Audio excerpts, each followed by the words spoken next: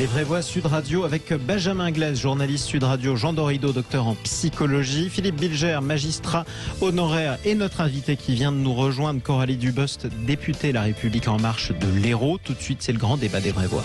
Sud Radio, les vraies voix. Le débat est ouvert. Le gouvernement va-t-il faire machine arrière sur le pass sanitaire? Les députés se penchent sérieusement sur la question. En tout cas, vous votez sur le Twitter de Sud Radio, vous nous appelez 0826 300 300. Le discours du président de la République il y a plusieurs jours était assez martial. On a même ensuite envisagé des amendes extrêmement fortes pour les entreprises qui n'auraient pas fait respecter la vérification du pass sanitaire à l'entrée. On parlait de 45 000 € au début, ça a été jugé trop fort. On est passé peut-être à 1 000 €. Et si le gouvernement reculait sur autre chose, par exemple, tiens, les centres commerciaux, on en parlait à l'instant, ceux de plus de 20 000 mètres carrés. Coralie Dubost, la grande distribution n'est toujours pas emballée à l'idée d'avoir un pass sanitaire à l'entrée de ces grandes surfaces. Alors, le texte est en cours d'examen en commission des lois à l'Assemblée nationale, donc je ne peux évidemment pas présumer de ce qui sera voté par la majorité. Ce que je peux vous dire, c'est que le texte a effectivement évolué entre l'avant-projet qui a été présenté au Conseil d'État, que toutes les indications qui ont été données par le Conseil d'État et aussi par les parlementaires qui, pendant le week-end, ont appelé l'Élysée, Matignon, etc. Donc toutes les conclusions ont été bien enregistrées et prises en considération par le gouvernement, qui a apporté quelques modifications qui nous semblent beaucoup plus justes. Effectivement, vous l'avez évoqué, on a changé les modalités de sanctions. Voilà. On n'a pas changé, on les a divisés par 45. C'était 45 000 €, c'est 1 000 € maintenant. Si, nous les avons changés parce que nous sommes passés d'un délit à une contravention. C'est ça, donc c'est encore moins. Oui, nous sommes sur des contraventions et en cas de récidive, de multiples récidives, au bout de 3 récidives, cela se transforme en délit, ce qui nous semblait plus progressif et plus adapté à la vie dans laquelle nous allons rentrer désormais avec ce pass sanitaire, qui est, je le rappelle, absolument indispensable, mais véritablement indispensable pour pouvoir garder nos modes de vie avec le plus de liberté possible, sans pour autant laisser le virus se propager et contaminer très largement et mettre à nouveau en danger nos hôpitaux, nos réanimations, et qu'on se retrouve dans ce qu'on a connu. Voilà, c'est l'objectif. Plutôt, vous préférez le pass sanitaire au couvre-feu ou au confinement. Revenons à ces modalités. On parlait justement de ces centres commerciaux. Sur quoi allez-vous peut-être reculer par rapport au discours d'Emmanuel Macron? Nous allons discuter. Discuter n'est jamais reculer. Oui. Discuter n'est jamais reculer. Discuter est très important. Nous allons évaluer finalement les possibilités de contrôle pour chacun des centres commerciaux. Et il y a la question de l'égalité d'accès aussi à certains services pour certaines personnes. Et donc, dans ces conditions-là, effectivement, il y a une échelle de seuil qui a été mise, ce qui n'est pas une mauvaise idée en soi, parce qu'on se dit que c'est quand même beaucoup plus simple pour un très grand centre commercial de contrôler et d'avoir, si vous voulez, des agents qui sont en train de contrôler un pass sanitaire. Ils viennent de le dire à l'instant sur Sud Radio. Ils expliquent qu'il y a tant de clients qui rentrent, c'est normal, grande surface, grande clientèle, beaucoup de monde, énorme queue, même si c'est dehors avec un contrôle à l'entrée, ça prend 30 secondes par personne qu'on vérifie. C'est pas très Covid, ça non plus. Et effectivement, c'est pour ça que je vous ai expliqué les 2 étapes du raisonnement. La première étant que normalement, un grand centre commercial, on se disait que finalement, avec beaucoup d'agents, c'était plus simple de contrôler, mais ça n'est pas plus simple forcément, en raison, comme vous l'avez très justement évoqué, de la fréquentation qui, elle, est extrêmement dense et qui donc peut conduire à des kilomètres et des kilomètres d'attente, de queue. Raison pour laquelle le gouvernement et les parlementaires échangent cet après-midi sur le texte et demain en hémicycle pour trouver les solutions les plus adéquates. L'idée, soyons clairs, l'idée c'est de protéger les Français. Nous voulons protéger les Français, protéger la santé des Français. On n'est pas là pour les empêcher de vivre, on n'est pas là pour créer des complexités supplémentaires. Mais dans cette protection, le gouvernement, le Parlement prennent des mesures et chacun est aussi acteur de la protection, non pas seulement personnelle mais collective. Il faut absolument se responsabiliser. Philippe Bilger. En dehors du plaisir, Madame la députée, de vous entendre à nouveau, puisque j'avais déjà eu la chance de vous entendre il y a quelques jours. Est-ce que vous seriez offensé si je disais que le sentiment dominant, tout de même, depuis, en ce qui me concerne, l'appréciation très positive que j'avais eue de la partie sanitaire du discours du président de la République, on a tout de même un climat de désorganisation d'organisation, d'impréparation, d'ajustement, de rodage, comme le disait Gabriel Attal hier soir, qui ne donne pas l'impression d'une très grande cohérence. Et la preuve, c'est ce que disait Jean-Marie à l'instant. Est-ce qu'il est normal, lorsqu'on prévoit une amende de 45 000 €, de la modifier immédiatement et radicalement, la faisant passer à 1 000 €? Est-ce que cet exemple ne démontre pas une forme d'amateurisme absolu dans la gestion de l'intendance après les injonctions présidentielles? Coralie Dubost. Alors, je ne m'en offusque pas du tout parce que j'ai la lecture exactement inverse, mais vous le savez, nous avons déjà débattu là-dessus et je vous transmets également mes amicales salutations. Vous le savez bien, nous sommes en démocratie. Quand vous êtes en démocratie, vous écoutez vos parlementaires, vous écoutez ce qui leur remonte des terrains, des territoires, des acteurs, des professionnels. Donc vous avez un premier texte, un pré-projet de loi qui est rédigé, ce qui est tout à fait classique en démocratie, qui est ensuite soumis à l'avis du Conseil d'État, soumis au vote parlementaire. Et il est parfaitement normal qu'il y ait des ajustements. Et moi, je trouve que c'est même plutôt une bonne chose que le gouvernement ait lui-même adapté le texte aux remontées qui leur étaient faites du terrain, des gens, des Français, des professionnels, des élus locaux, des élus nationaux, mais en territoire. C'est au contraire une démarche d'ouverture. Alors, vous pouvez qualifier ça d'impréparation ou au contraire d'une grande qualité démocratique et d'une capacité à faire preuve d'ajustement dans l'urgence, parce que rappelons que nous sommes quand même dans une situation d'urgence avec ce variant Delta qui ne cesse d'augmenter avec ses courbes exponentielles, la grande difficulté dans laquelle il peut mettre certains opérateurs de santé. Et là, véritablement, nous réussissons à aller très vite, à ajuster très vite pour trouver les mesures les plus justes pour les Français. Et c'est tout ce qui compte. Ce qui compte, c'est que l'objectif soit atteint sans porter préjudice au maximum. Parlons du risque du préjudice. Justement, je vais vous donner la parole, Jean Dorido et Benjamin Glaise, dans un instant. Quels salariés en France et à partir de quand devront être vaccinés? C'est un autre volet de ce projet de loi, justement, et vous allez discuter dessus. Est-ce que des caissières, par exemple, devront être vaccinées avant, je ne sais pas, le 1er septembre, le 15 septembre?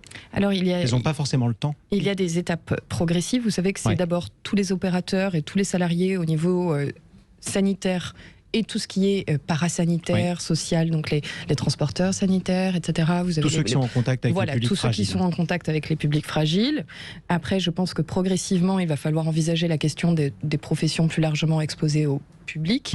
Mais à l'heure actuelle, ce qui est à l'étude et ce qui est en examen en commission, c'est véritablement les professions sanitaires et parasanitaires. Et ils ont jusqu'à quand ? Alors, c'est en train d'être voté, donc je ne peux pas vous dire l'issue du vote.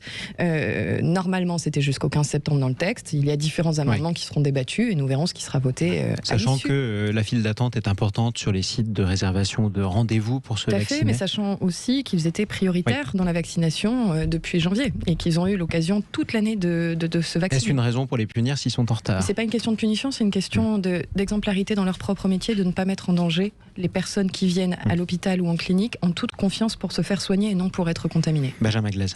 Deux petites questions. La première, parce qu'on parle justement de cette question de la campagne de vaccination. Pour le coup, les jeunes n'ont pas pu se vacciner tôt, puisque c'était interdit pour eux. Ils ont pris le chemin en cours de route. Certains ont l'impression, on le sent, on les entend, que finalement, c'est déjà trop tard quand on leur dit que c'est à leur tour. Alors, qu'est-ce qu'on peut leur répondre? C'est-à-dire qu'en gros, on a beaucoup qui terminaient justement leur année. À partir du moment où on leur dit c'est bon, vous pouvez vous faire vacciner, vous partez machin. Et là, finalement, il y a ce mur qui se dresse devant eux. Et pour certains, c'est déjà trop tard. C'est en tout cas l'impression qu'ils ont.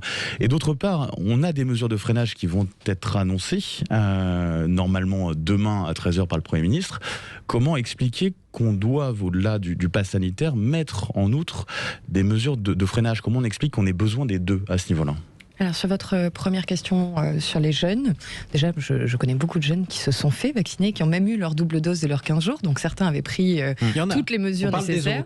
Et concernant les autres, beaucoup plus de rendez-vous ont été ouverts et vraiment je continue à inciter, à appeler, à prendre rendez-vous parce que ça fonctionne, ça tourne et il faut saluer quand même tous les personnels qui depuis le mois de janvier n'ont cessé et qui redoublent d'efforts dans le contexte qui est absolument nécessaire. Et sans vous dévoiler toutes les surprises du Parlement, il est fort probable qu'un amendement de compromis soit trouvé pour les plus jeunes, permettant de donner un peu plus de laps de temps supplémentaire en bonne intelligence avec le gouvernement. Donc nous prenons en considération aussi cette nécessité-là. Sur votre seconde les mesures question, de freinage, sur les mesures de freinage, je ne peux pas préempter les mesures annoncées demain par le Premier ministre, bien évidemment. Ce que je peux vous dire, c'est qu'il y en a déjà eu la semaine dernière pour les territoires qui sont particulièrement affectés. La Martinique notamment. La Martinique, et puis en France, les Pyrénées-Orientales, nous le savons, certains départements, d'ailleurs le mien ne cesse, l'Hérault monte aussi en incidence. Exactement. Il fait partie des départements sur lesquels il y a une forte pression qui s'exerce. Lorsque vous dépassez un certain seuil d'incidence qui finalement est une dangerosité pour la population dans son entier, alors oui, le préfet peut être en mesure de déclarer des restrictions ou du freinage. Donc c'est vraiment des mesures d'urgence. Et je pense que ce sera très territorialisé en fonction des situations. Des départements où ça chauffe. Mais à quoi ça sert dans ce cas-là d'imposer des mesures? Alors on va traduire mesure de freinage. Ça peut être des fermetures par exemple de restaurants à partir de 23h. Ça peut être des couvre-feux. Le masque en extérieur. Le pass sanitaire plus les mesures de freinage, ça fait beaucoup. Mais c'est pour ne pas arriver à une situation de tension dans les hôpitaux à la rentrée ou dans l'été qui nous conduirait à ce moment-là à être dans l'obligation de reconfiner. Personne n'a envie de vivre ça, nous le savons. Jean Dorido dans un instant, 0826 300 300. Chantal nous appelle des Hautes-Pyrénées où ça n'augmente pas trop. Heureusement d'ailleurs. Non, ça n'augmente pas trop, non. Nous, ça fait... tout le monde, tous les citoyens ordinaires doivent s'adapter à leurs incohérences, de ces gouvernants sans gouvernail. C'est une horreur de vivre ça depuis 1 an et demi. Et je n'ai pas peur du Covid, je n'ai pas peur d'être malade, mais j'ai peur de ce gouvernement. C'est affolant. Alors moi je dis, mais enfin, les gens ont tellement... De toute façon, ils ont tous peur. Enfin, la moitié de la France a peur. Donc, il ne faut pas n'importe quoi. Je pense qu'on pourrait faire confiance aux adultes responsables français et non français d'ailleurs, pour arrêter ces mesures punitives. En tout cas, vous en avez assez des restrictions de liberté, si j'ai bien compris, ma chère Chantal. Et en plus, si vous voulez, je veux juste ajouter ça, entendre ça de gens qui, depuis des années, ferment des lits. Vous allez répondre. Alors ça, c'est autre chose. Mais Coralie Dubos, qui représente la majorité, va vous répondre aussi. Alors ceci dit, vous disiez, je n'ai pas peur du coronavirus. Il y a plus de 110 000 Français qui en sont morts, sans compter le nombre de dizaines et de dizaines et de dizaines de milliers de personnes qui ont été intubées, c'est-à-dire malgré tout avec un tube de plus de 30 cm dans la gorge pendant que vous êtes dans le coma. Donc il faut aussi parfois faire attention à la maladie. Cela étant dit, c'est vrai qu'on a passé une année compliquée avec des restrictions de liberté. Cette colère, vous l'entendez ou pas, Coralie? Je voudrais ajouter aussi, et je vous remercie d'ailleurs de l'avoir souligné, au-delà des... Alors effectivement, il y a eu des centaines de milliers de décès en France dû au Covid. Des dizaines de milliers, 110 000, plus de 110 000, voilà. Vous avez eu tous ceux qui sont passés en réanimation et qui en sont sortis, mais qui ont potentiellement des séquelles, et des séquelles lourdes. Et puis vous avez tous ceux dont les opérations ont été déprogrammées et reportées, parfois avec des complications dans leur vie privée, leur organisation de vie. Ce n'est pas bon pour le pays, pour personne. En France, personne ne souhaite ça. Ce n'est pas seulement « Bonjour Chantal, j'entends votre colère et bien volontiers, je discute avec vous de ces motifs. » Mais vous savez... La seule préoccupation qui guide le gouvernement depuis 1 an et demi, enfin depuis 5 ans d'ailleurs, mais dans cette crise sanitaire, c'est surtout de protéger la santé des Français et de permettre que, quelle que soit la situation, que ce soit pour une raison de Covid ou pour un autre motif, vous ayez accès aux soins à l'hôpital. Qu'est-ce qui vous manque aujourd'hui finalement dans votre mode de vie? Parce que vous parliez de restrictions de liberté, lesquelles finalement vous manquent à partir du moment où vous protégez et protégez autrui, c'est-à-dire quand vous êtes vacciné, vous avez accès à une vie libre en démocratie. En tout cas, c'est la question, c'est vous le constat que vous faisiez justement, et c'est ce que vous vouliez rappeler à Chantal de votre côté, Coralie Dubos. Jean Dorido. Oui, non, je crois que, c'est vrai que c'est important de rappeler que l'essentiel, l'objectif, c'est une vaccination massive de la population française. Ça fait partie manifestement des rares possibilités pour sortir enfin de cette pandémie. Et toute la question, et c'est mon propos pour vous, Madame la députée, c'est de savoir finalement quelle est la meilleure méthodologie à appliquer.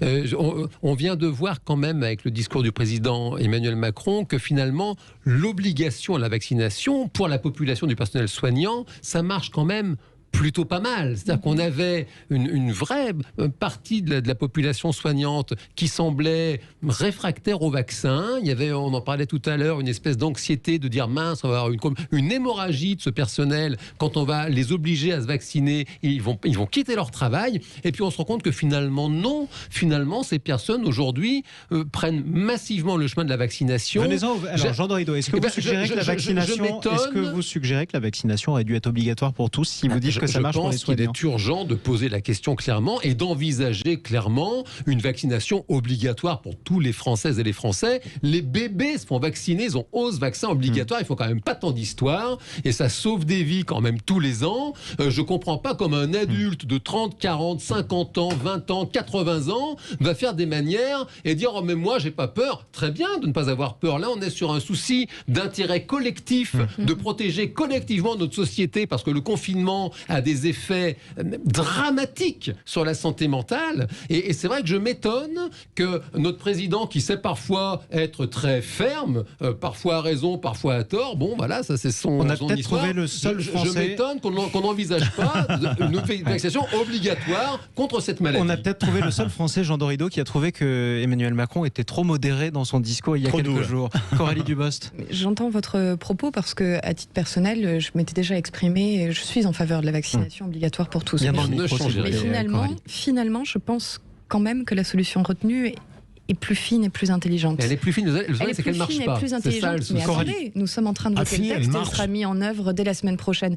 Bien sûr que ça fonctionne, il y a déjà des millions de personnes qui ont pris rendez-vous.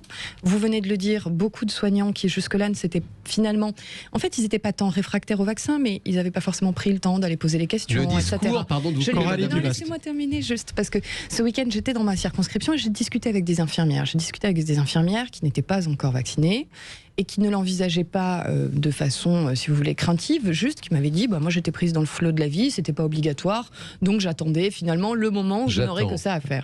Et là, sachant que ça devenait obligatoire, je suis allée poser les 2-3 questions qui me taraudaient auprès d'un médecin, ils ont apporté les réponses et désormais j'y vais de façon rassurée. Mais finalement, ça... Avec le pass sanitaire, parce que je pense que la plupart des personnes qui aujourd'hui ne sont pas vaccinées sont plutôt dans la situation de prendre le temps et pas encore avoir posé les questions. Ceux qui sont pour la petite frange, à mon avis ultra minoritaire, qui est contre le vaccin dans l'absolu et de façon véhémente, je l'espère. Mais ceux-là, finalement, pour ne pas les contraindre, très bien. Mais à ce moment-là, comme vous venez de le dire, ne mettez pas en danger le collectif.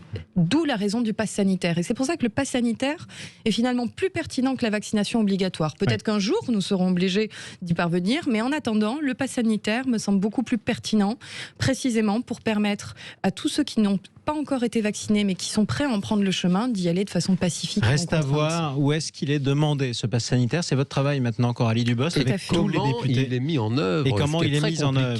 À l'entrée de quelle structure? À l'entrée de quels centres commerciaux? De quel cinéma? Pourquoi pas? On vous posait cette question. Le gouvernement va-t-il faire marche arrière sur le pass sanitaire? Vous répondez oui à 62% d'entre vous. Le verdict au Palais Bourbon avec Coralie Dubost et tous ses collègues députés. Merci à vous, Coralie Dubost. Merci beaucoup. Député La République En Marche de l'Hérault. Les amis, restez sur Sud Radio. Les vraies voix reviennent dans quelques instants avec Grâce Leplat et le clin d'œil des vraies voix. Tout de suite.